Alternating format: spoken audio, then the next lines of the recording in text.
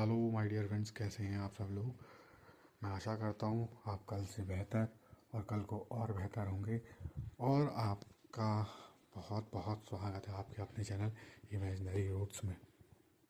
दोस्तों, जैसे मैं आपसे बात कर रहा हूँ उस वक्त मैं आपको बताता हूँ कि अब तक हमारा जो ये सफ़र चला है 14 भुवनों का, तो इन 14 भुवनों में हम अधोलोक की ओर को बढ़ रहे थे और अधोलोक में हम आपके 4 लोगों की यात्रा अब तक कर चुके हैं।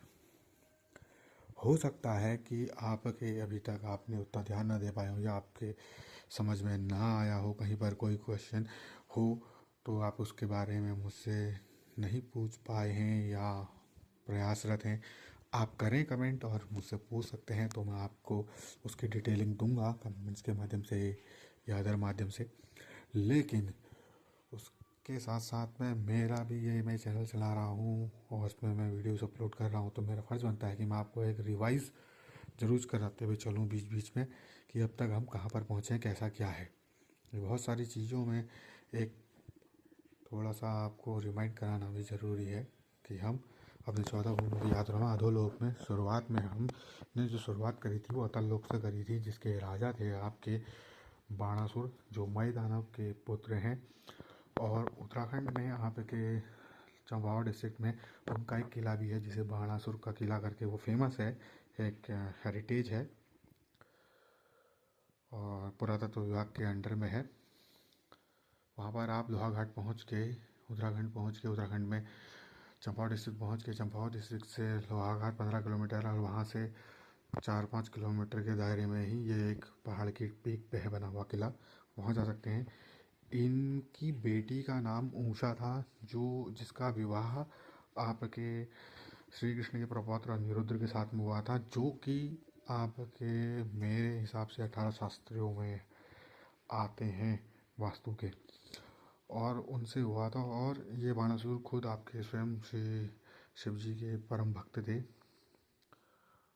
और इनकी जो डायनेस्टी है वो काफ़ी लंबी है, आपके बहुत काफ़ी लंबी है। मैं बताने रहूँगा तो बहुत समय लग जाएगा और मुझे वीडियो को आगे भी बढ़ाना है। इसके ऊपर एक फिर से अलग से अगर आप लोग रिक्वायरमेंट होगी, आप लोग आप कहेंगे तो मैं बनाऊँगा।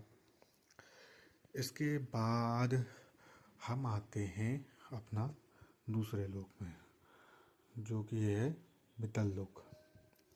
बितल लोक जो है, जैसा मैंने इसमें आपको बताया था कि इसमें आपके महादेव ही यहाँ के राजा हैं, जो हटकेश्वर महादेव करके हैं। मैंने वीडियो में बताया था कि 3 लिंग आपके, एक ही लिंग जो 3 रूपों में है वो है आपके 3 लोकों में। पहला है स्वर्ग में ताड़केश्वर महादेव, मध्य में भूलोक में आपके है महाकालेश्वर महादेव, और यहाँ बितल लोक में है आपके हाटकेश्वर महादेव। हाटकेश्वर महादेव दारुका वन में भी आपके एक शिवलिंग है। वैसे वहाँ आपके नागेश्वर शिवलिंग करके बोला जाता है, लेकिन ये कहा जाता है कि आपके पाताल से भी कनेक्टेड है। पाताल में जब ये लिंग पहुँचा था तो उसकी गर्मी से वहाँ सब तबाही मच रही थी, तो आपके माँ भवानी ने इनको आपके संभाला और उनके संभालने के बाद ही उनके संसर्ग से ही और ऊर्जा के रूप में और अग्नि के और वायु के संपर्क से वहाँ इनसे एक दिव्य नदी बहती है, जो कि आपके हाटक के नाम से जानी जाती है। और हाटक को स्वर्ण ही बोला जाता है और उसी के नाम से प्रख्यात है हाटकेश्वर महादेव बितल लोक। अब चलते हैं हम अपने तीसरे लोक पर। अब जो हमारा तीसरा जो लोक है वो है आपके सुतल लोक। सुतल लोक जो है वो कहा जाता है कि ब्रह्मांड में सबसे सुरक्षित 14 भुवन सबसे सुरक्षित भुवन है, क्योंकि यहाँ पर के द्वारपाल स्वयं आपके नारायण हैं। क्योंकि उन्होंने आपके वामन अवतार में राजा बलि को आपके आशीर्वाद दिया था, वरदान दिया था। और 3 पग भूमि वाला आपने बहुत सी कथाओं में सुना होगा, वामन और बलि अवतार। और बलि वामन अवतार और बलि जी का आपके महात्म्य। और राजा बलि जो हैं वो आपके अष्ट चिरंजीवियों में भी आते हैं और वो आपके भगवान विष्णु के परम भक्त हैं।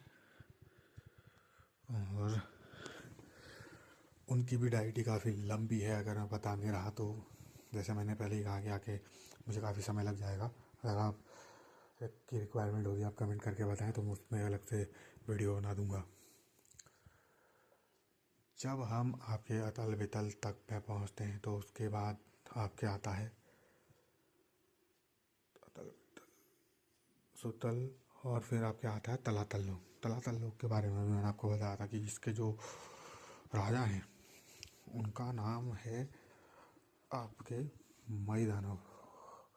मई दानव जो हैं वो आपके राक्षसों के आर्किटेक्ट कहे जाते हैं। इनके वेपन्स, इनकी साइंस टेक्नोलॉजी, इनका आर्किटेक्ट, जितने भी ये मंत्र बोल के किसी भी अस्त्र को बनाना, किसी भी मेटल को किसी भी फॉर्म में बना देना। और एक सबसे महत्वपूर्ण बात, ये तो मैं आपको बताना भूल गया हूँ और हमेशा वैसे हर एक वीडियो में बताता हूँ, अभी भी बता देता हूँ एज अ रिमाइंडर, कि पाताल लोक में सूर्य का आगमन नहीं होता है, वहाँ सूर्य की रोशनी नहीं पहुँचती है। तो उस एनर्जी को कंप्लीट करने के लिए ये लोग अपने क्रिस्टल्स, अपनी मणियों की ऊर्जा का इस्तेमाल करते हैं। उनके मणियों के प्रकाश से यहाँ उजाला रहता है और स्वर्ग से भी ज़्यादा वैभवशाली, सुंदर और हर चीज़ में आगे है कहा जाता है आपके पाताल लोक। और ये जो दुनिया है ये भी आपके पूरी भोग के लिए ही है। यहाँ देवताओं से इनका शत्रुता जरूर रहती है, लेकिन मेहनत कश ये लोग बहुत ज़्यादा मेहनती होते हैं, बहुत पावरफुल होते हैं। इंटरस्टेलर ऑब्जेक्ट्स के बारे में जो आप सुनते हैं, 3i एटलस और भी बहुत सारे चीज़ें, तो इन सब चीज़ों के बारे में अलग अलग डायमेंशन में जाना, किसी को भी सम्मोहित करना, किसी को भी वशीकरण कर लेना, किसी को भी आपके रूप बदल के अपनी भ्रम में फंसा लेना या अपने मनचाहा काम करा लेना, किसी के स्वप्न में आ जाना, किसी को सम्मोहित करके कहीं से भी कहीं भेज देना, किसी कहीं से लेकर कहीं तक कहीं भी टेलीपोर्ट होकर पहुंच जाना, जो आज साइंस फिक्शन चलता है ये इनके लिए नॉर्मल और मामूली बात है। ये बातें आपके वेद पुराणों में लिखी हुई हैं। वेद पुराण सनातन धर्म के सबसे मजबूत पिलर है जिसके माध्यम से आपको हर एक चीज़ की डिटेलिंग्स मिल सकती है। अब आज की तारीख में लोग बागों ने आपके वेद पुराण से तो काफ़ी दूरी बना ली है। लोग बाग बहुत मुश्किल से कभी भागवत कथाएं कराते हैं या रामायण कराते हैं, बहुत से बहुत। कई लोगों को पता ही नहीं होगा कि हमारे उसमें 18 पुराण हैं, उनके उपपुराण हैं, फिर उनके उपपुराण हैं, फिर उनके उपपुराण हैं, फिर ऐसे उनके उपपुराण हैं, ऐसे 18 पंचे 90 तक इनकी संख्या जाती है। शुरुआत जो हुई थी वो आपके जब ब्रह्मांड की जब शुरुआत हुई थी, जब परमेश्वर के मुंह से जो पहला शब्द निकला था वो ब्रह्म ज्ञान था। उसी को संकलित करके, उसको संग्रहित करके उतने श्लोकों को, 100 करोड़ श्लोकों को 4 लाख श्लोकों में, 4 लाख श्लोकों से फिर आपके इतने पुराण और इतनी बहुत सारी राइटिंग्स बनती रही, जैसे कि पुराण, उपपुराण, वेद, उपनिषद, स्मृतियाँ, मीमांसाएँ, उक्त सूक्त, धर्मशास्त्र, धर्म ग्रंथ, न्यायशास्त्र, योग, और भी न जाने कितना लंबा ये एक है। इसके लिए भी अगर आप मुझसे कहेंगे तो मैं इसके अकॉर्डिंग भी आपके लिए वीडियो बना दूंगा। पर अब ये काफ़ी डिटेलिंग में है जितना मैं आपको बता रहा हूँ। चलिए अपार्ट दिस, अभी हम बात कर रहे थे तलातल लोक की। तो तलातल लोक के जो राजा हैं वो है मई दानव। मई दानव जो हैं वास्तु के 18 शास्त्रों में 6ठा नंबर इनका आता है और ये बहुत ही ज़्यादा एडवांस हाईटेक हैं। विद्वान सर्वत्र पूजते। हालांकि ये असुर प्रवृत्ति में हैं, लेकिन ये भी शिव जी भगवान के आपके बहुत बड़े भक्त रहे हैं। उन्हीं की कृपा आशीर्वाद से ही इन्होंने बहुत सारी चीज़ें बनाई हैं और ये बहुत सर्वसमर्थ हैं। इनकी द्वारा बनाई गई चीज़ें तो ऐसी तो मार्वल की मूवियों में और मार्वल डीसी जो आजकल सबसे हाईटेक जो चलते हैं मूवी बनाने में, उनकी सोच से तो ये बिलियन, ट्रिलियंस और सिलियन, डेसिलियन कहाँ तक जा सकते हैं, उससे भी कई गुना आगे हैं। तो यहाँ तो आप सोच ही नहीं सकते हैं कि ये क्या कर सकते हैं और क्या नहीं कर सकते हैं। तो ये है। लेकिन मैंने आपको ऐसा बताया कि ऐसे भोग वाले हैं, इनका विश्वास सिर्फ भोग रुचि है इनकी, तो ये लोग इसी में ज़्यादा ध्यान देते हैं। अब या तो ये मर जाते हैं किसी युद्ध में ये लोग, और फिर भगवान के हाथ से फिर मुक्ति पाते हैं। या फिर जब प्रलय आती है, प्रलय में फिर ये सब भस्म हो जाते हैं और इनका और कोई फॉर्म नहीं होता है। चूँकि वहाँ सूर्य की रोशनी नहीं होती तो इनका क्रमिक विकास भी बहुत धीमा होता है, लेकिन ये हमसे ज़्यादा मजबूत, हमसे ज़्यादा ताकतवर और अपनी मेहनत की वजह से और अपने तंत्र बल, जो इनकी मायावी विद्याएं होती हैं, जो इनको जन्मजात मिली होती हैं, तो उसके माध्यम से ये बहुत बहुत आगे होते हैं। इनका भरोसा मेहनत पे है और ये मेहनत कश लोग होते हैं। आज तक जितना भी मैंने आपको इन 4 लोगों के बारे में बताया, यहाँ तक तो आप लोगों की समझ में ये आ ही गया होगा कि जो पाताल लोक के जो लोग हैं वो अपने आप में बहुत पावरफुल लोग हैं, बहुत पावरफुल डाइटीज़ हैं। ये हमारी पृथ्वी पर एकाएक ही एकदम से नहीं आते हैं। जब अधर्म बढ़ता है तभी इन लोगों का प्रभाव बढ़ता है, तभी ये लोग यहाँ आते हैं और अपना हस्तक्षेप करते हैं।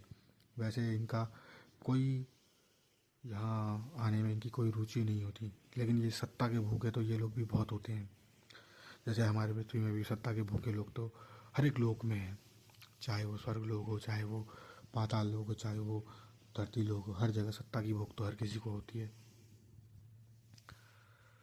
और हम भी कहीं ना कहीं किसी न किसी युग में हम लोग भी वैसे ही बनते जाते हैं।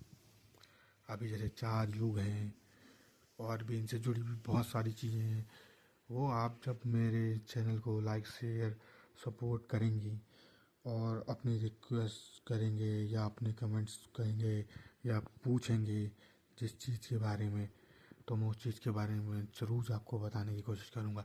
मेरा मकसद ही यही है कि आपके लोगों को अपने सनातन धर्म से जोड़ना, उनसे जुड़ी हुई चीज़ों के बारे में बताना। जो आजकल लोग बाग इतने ज़्यादा व्यस्त हो गए हैं कि वो अपना समय नहीं निकाल पाते और नहीं देख पाते हैं अपने धर्म को, अपने धर्म से जुड़ी हुई चीज़ों को।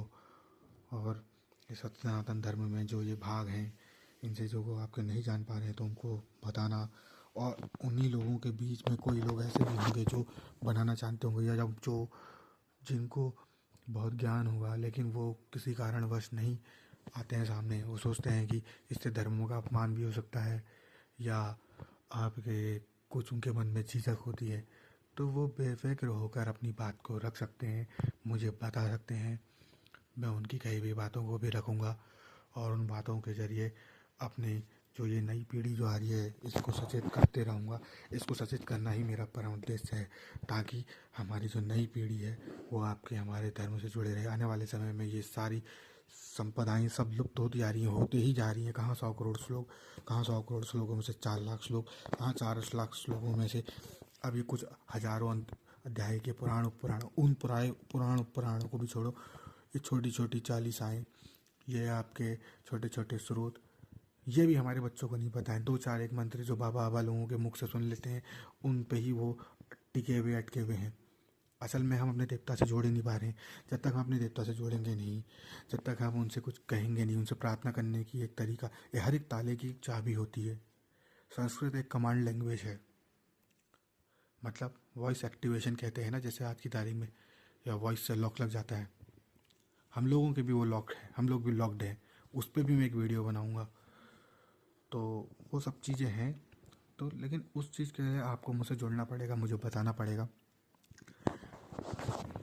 मकसद आपके सिर्फ और सिर्फ एक है, और वो ये है अपने सत्य सनातन धर्म को मजबूत करना, अपनी नींव को मजबूत करना, अपने बच्चों को मजबूत करना। और अपने हमारे कुछ लोग ऐसे भी होंगे जो बुजुर्ग होंगे, कुछ लोग ऐसे भी होंगे जो प्रौढ़ होंगे, कुछ लोग ऐसे भी होंगे जो अधो होंगे।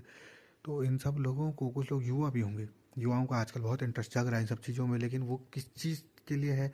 सिद्धियाँ पाने के लिए है, रिद्धियाँ सिद्धियाँ पाने के लिए है, या चमत्कार में बिलीव करते हैं?